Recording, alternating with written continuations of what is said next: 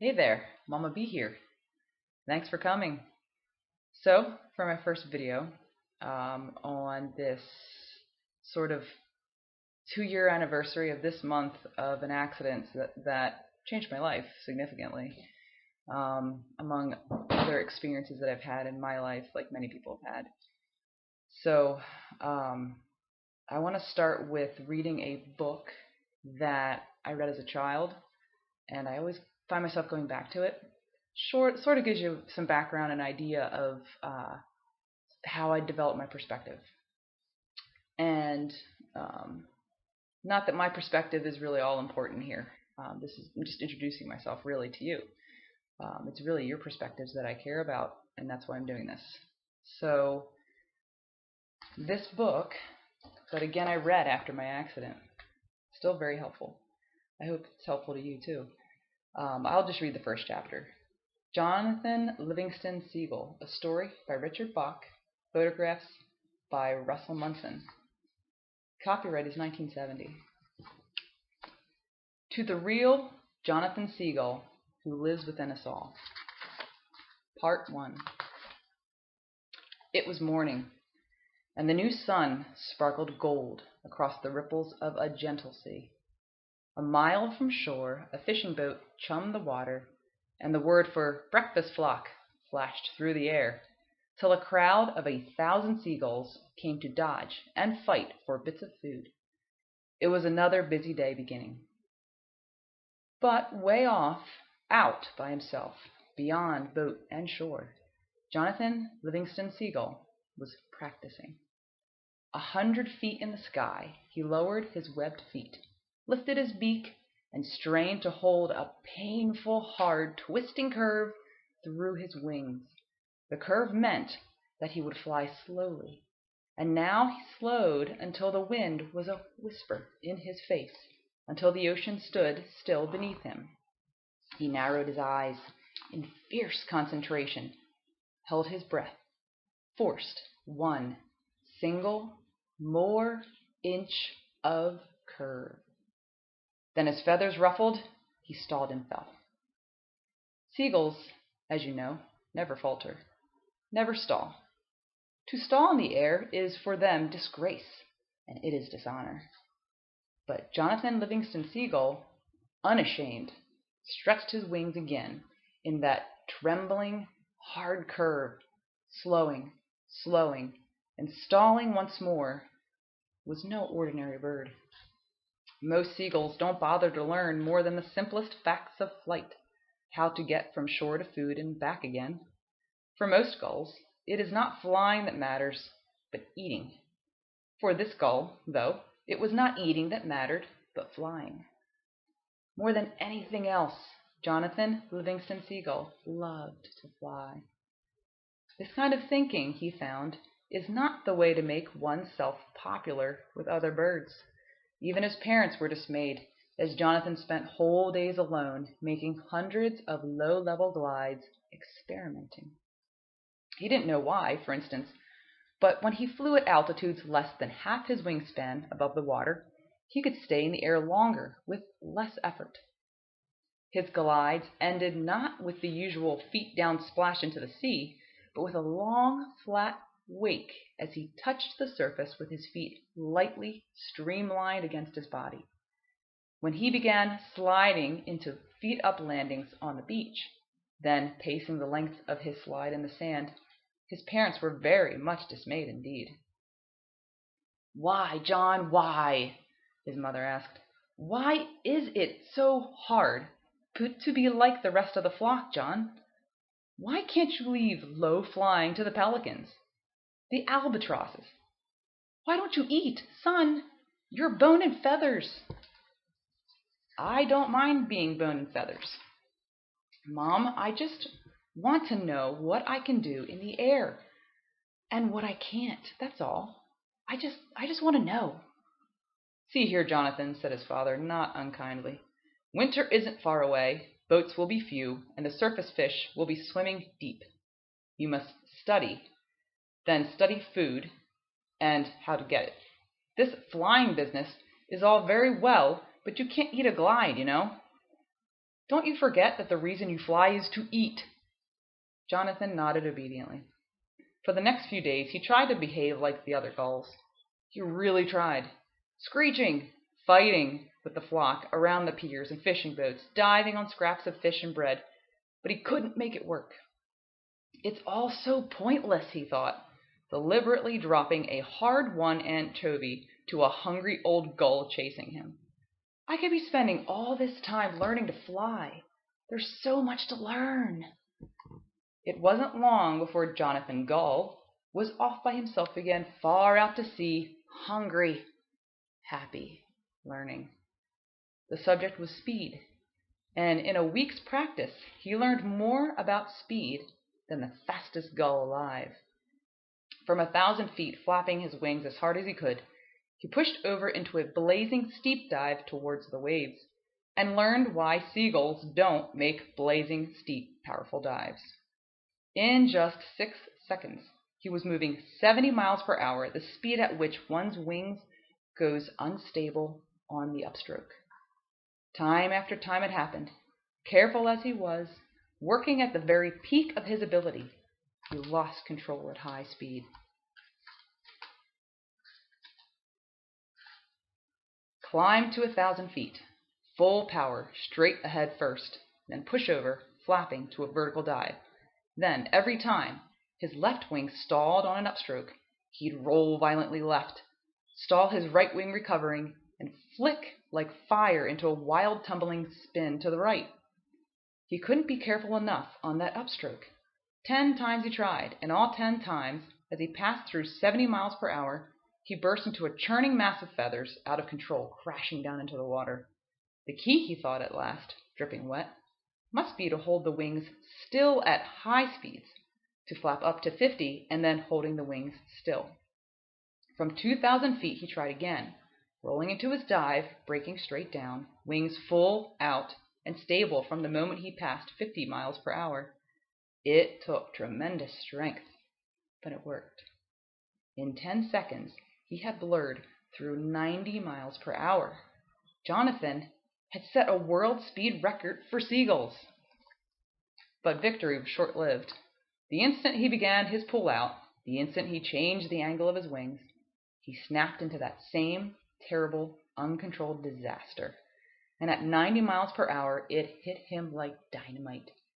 Jonathan Seagull exploded in midair and smashed down into a brick hard sea.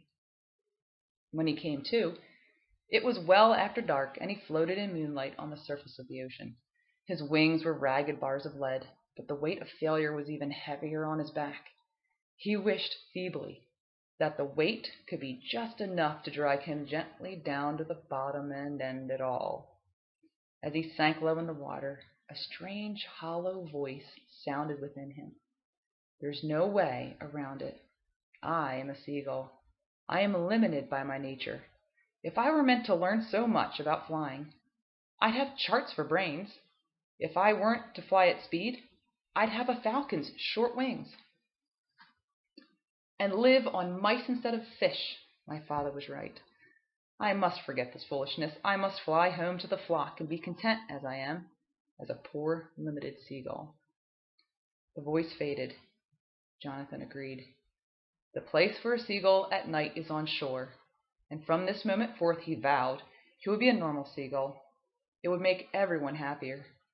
He pushed wearily away from the dark water and flew toward the land, grateful for what he had learned about work-saving, low-altitude flying. But no, he thought, I am done with the way I was. I am done with everything I learned. I am a seagull like every other seagull, and I will fly like one.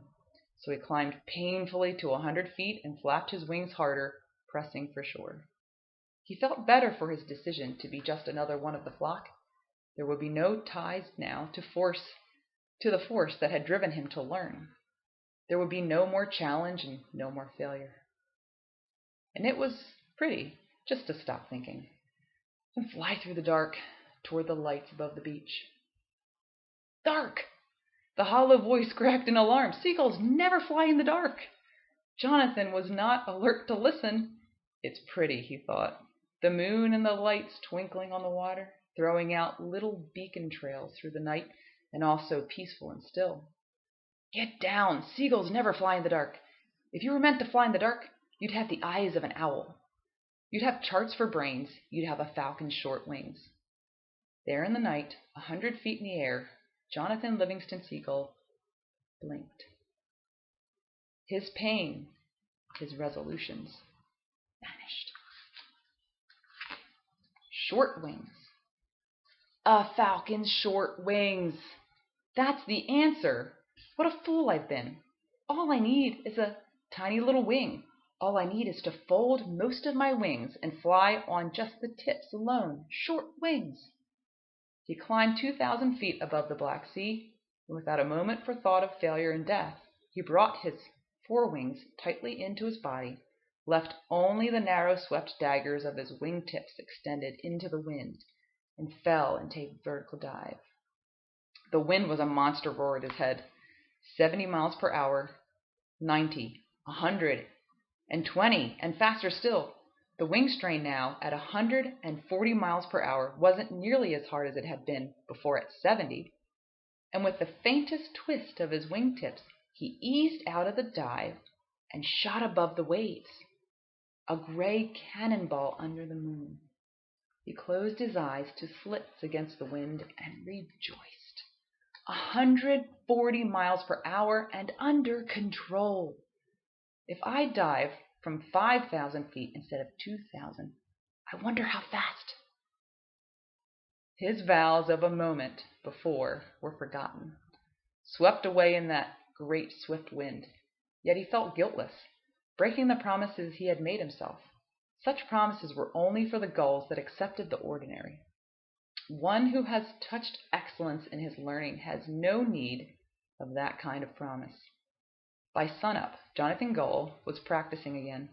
From 5,000 feet, the fishing boats were specks in the flat blue water. Breakfast flock was a faint cloud of dust-mote circles. He was alive, trembling ever so slightly with delight, and proud that his fear was under control. Then, without ceremony, he hugged in his forewings, extended his short-angled wing tips, and plunged directly toward the sea. By the time he passed 4,000 feet, he had reached terminal velocity. The wind was a solid, beating wall of sound against which he could move no faster. He was flying now straight down at 214 miles per hour. He swallowed, knowing that if his wings unfolded at that speed, he'd be blown into a million tiny shreds of seagull. But the speed was power, and the speed was joy, and the speed was pure beauty. He began his pull-out at 1,000 feet, wing-tips thudding and blurring in that gigantic wind.